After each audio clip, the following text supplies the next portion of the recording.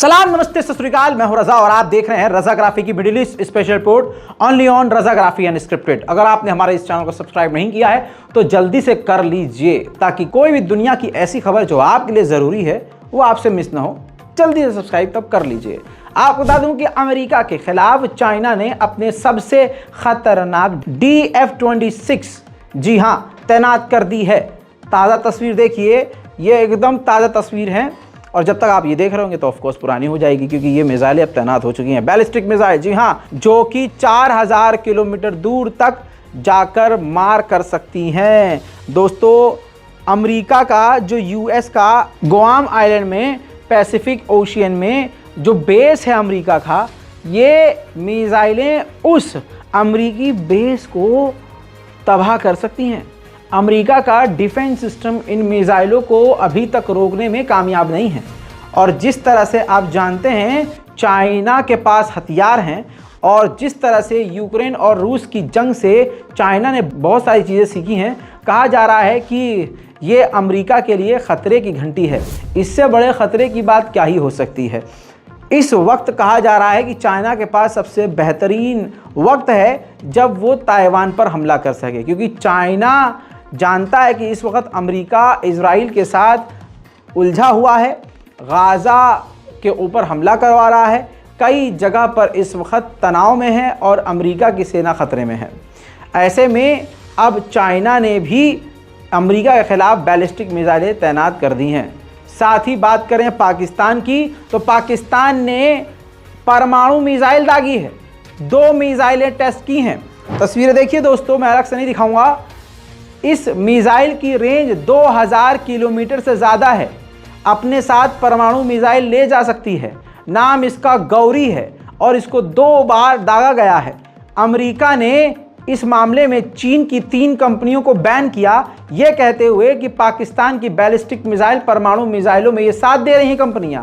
हालांकि इससे पाकिस्तान पर कोई फ़र्क नहीं पड़ा, अब उसके पास खतरनाक घातक मिसाइल परमाणु वाली भी है। मेरे दोस्तों, उधर भारत के खिलाफ भी बड़ी खबर है। भारत के खिलाफ चीन का ये कदम मैं पूरी स्क्रीन पर दिखा देता हूं। लीजिए, दैनिक भास्कर की रिपोर्ट है। मेगा मंडे की स्टोरी में डिटेल में जानकारी दी है दैनिक भास्कर ने कि चीन ने डोकलाम में अंडरग्राउंड जो स्टोरेज बनाए हैं, परमाणु हथियारों का जखीरा जुड़ा रहा है। यानी सोच के देखिए, चाइना अपनी चुंदी आंखों से कितनी चालाक नज़रें भारत पर गड़ा के बैठा है। चाइना भारत से सटे हुए बॉर्डर के अंडरग्राउंड इलाके में परमाणु बम इकट्ठा कर रहा है। जाहिर सी बात है, वो मोदी जी के लिए तालियां थोड़ी ना बजाएगा कि बहुत बढ़िया काम कर रहे हैं, और भारत का हमदर्द चाइना थोड़ी ना है कि वो भाई साहब तालियां बजाएगा। वो मिसाइलें बरसाने के लिए पूरी तैयारी कर रहा है। अब बात करें चाइना के अंदर की, तो चाइना के अंदर उथल पुथल चल रही है, वो अलग बात है। चाइना के डिफेंस मिनिस्टर हैं जो 3 महीने से गायब थे, जिनका अता पता नहीं था। आधिकारिक तौर पर चाइना ने अब इनको भी इनके पद से हटा दिया है। उधर रशिया से भी पंगा लेते हुए अमेरिका ने अपने 2 परमाणु बॉम्बर रूस के करीब भेज दिए, जिसके बाद रशिया ने अपने Su-37 2 या 3 Su-37 जो हैं अमेरिका के उन परमाणु बॉम्बरों के पीछे भेज दिए, जिसके बाद अमेरिका के परमाणु बॉम्बर तेजी से अपने इलाके में फरार हो गए। वहीं दोस्तों, सद्दाम हुसैन को कौन नहीं जानता। सद्दाम हुसैन की बेटी को 7 साल की सज़ा इराक की गवर्नमेंट ने सुना दी है। इराक के कोर्ट ने 7 साल की सज़ा सद्दाम हुसैन की बेटी को सुनाई है। इल्ज़ाम ये है और जो साबित हुआ कि उनके पिता सद्दाम हुसैन की जो पार्टी थी उसको प्रमोट करने के लिए ये काम कर रही थी। मिडिल ईस्ट की स्पेशल रिपोर्ट में अगली खबर यूक्रेन से। ज़ेलेंस्की ने यूक्रेनियन सैनिकों को हर दिन का एक टास्क दिया है।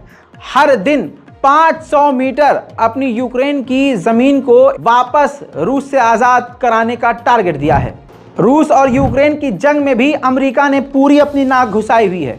यह आप जानते हैं, जैसे इजराइल के साथ नाक घुसाई हुई है गाज़ा के खिलाफ। अब आपको बता दूं कि CIA ने अमेरिका की $10 मिलियन खर्च किया है, बल्कि उससे ज़्यादा खर्च किया है इंटेलिजेंस के ऊपर, ताकि सही जानकारी यूक्रेन को दी जा सके, ताकि उस जानकारी का सटीक इस्तेमाल करके रूस पर कड़क और ख़तरनाक हमला यूक्रेन कर सके। उधर खबर यह भी है कि यूक्रेन अपने ड्रोन बनाने के लिए रूस के ही चिप्स का इस्तेमाल कर रहा है। अमेरिका के पूर्व राष्ट्रपति डोनाल्ड ट्रंप ने इल्जाम रूस पर लगाया कि रशिया ने अमेरिका की सुपर डुपर खतरनाक मिसाइलों की जानकारी चुराकर अपनी एक नई मिसाइल बनाई है जो काफी खतरनाक है। इस पर रूस के विदेश मंत्रालय के द्वारा झुठला दिया गया। साफ कहा गया कि हमारे पास पहले से अमेरिका से बेहतर और ख़तरनाक मिसाइलें खुद की बनाई हुई हैं, हमें किसी भी तरह की चोरी करने की ज़रूरत नहीं है। आज के कुर्दोगलू यानी रजब तैयब एर्दोगान यानी तुर्की ने एक बार फिर से मुसलमानों को खुलेआम खुली आंखों से धोखा दिया है। स्वीडन में कुरान पाक को जलाया जा रहा है। लगातार कुरान की तौहीन, मस्जिद की तौहीन स्वीडन में की जा रही है। स्वीडन में इस्लामोफोबिया चरम सीमा पर है। ऐसे में नेटो की मेंबरशिप के लिए तुर्की अड़ा हुआ था कि हम नेटो में शामिल इसको नहीं होने देंगे। लेकिन आपको बता दूं कि बड़े ही चुप्पी से और शांति से नेटो की मेंबरशिप के लिए जो एप्लीकेशन आया था स्वीडन का तुर्की के पास, उसने रजब तैयब एर्दोगान ने उस एप्लीकेशन को तुर्की के पार्लियामेंट में अप्रूव कर दिया है, भेज दिया है। यानी अब नेटो में स्वीडन शामिल होने को तैयार है और हरी झंडी चुपके से तुर्की ने दे दी है। मिडिल ईस्ट की स्पेशल रिपोर्ट में आज के लिए इतना ही। चैनल को सब्सक्राइब कीजिए, रिपोर्ट को शेयर कीजिए, दुआओं में याद रखिए। जय हिंद।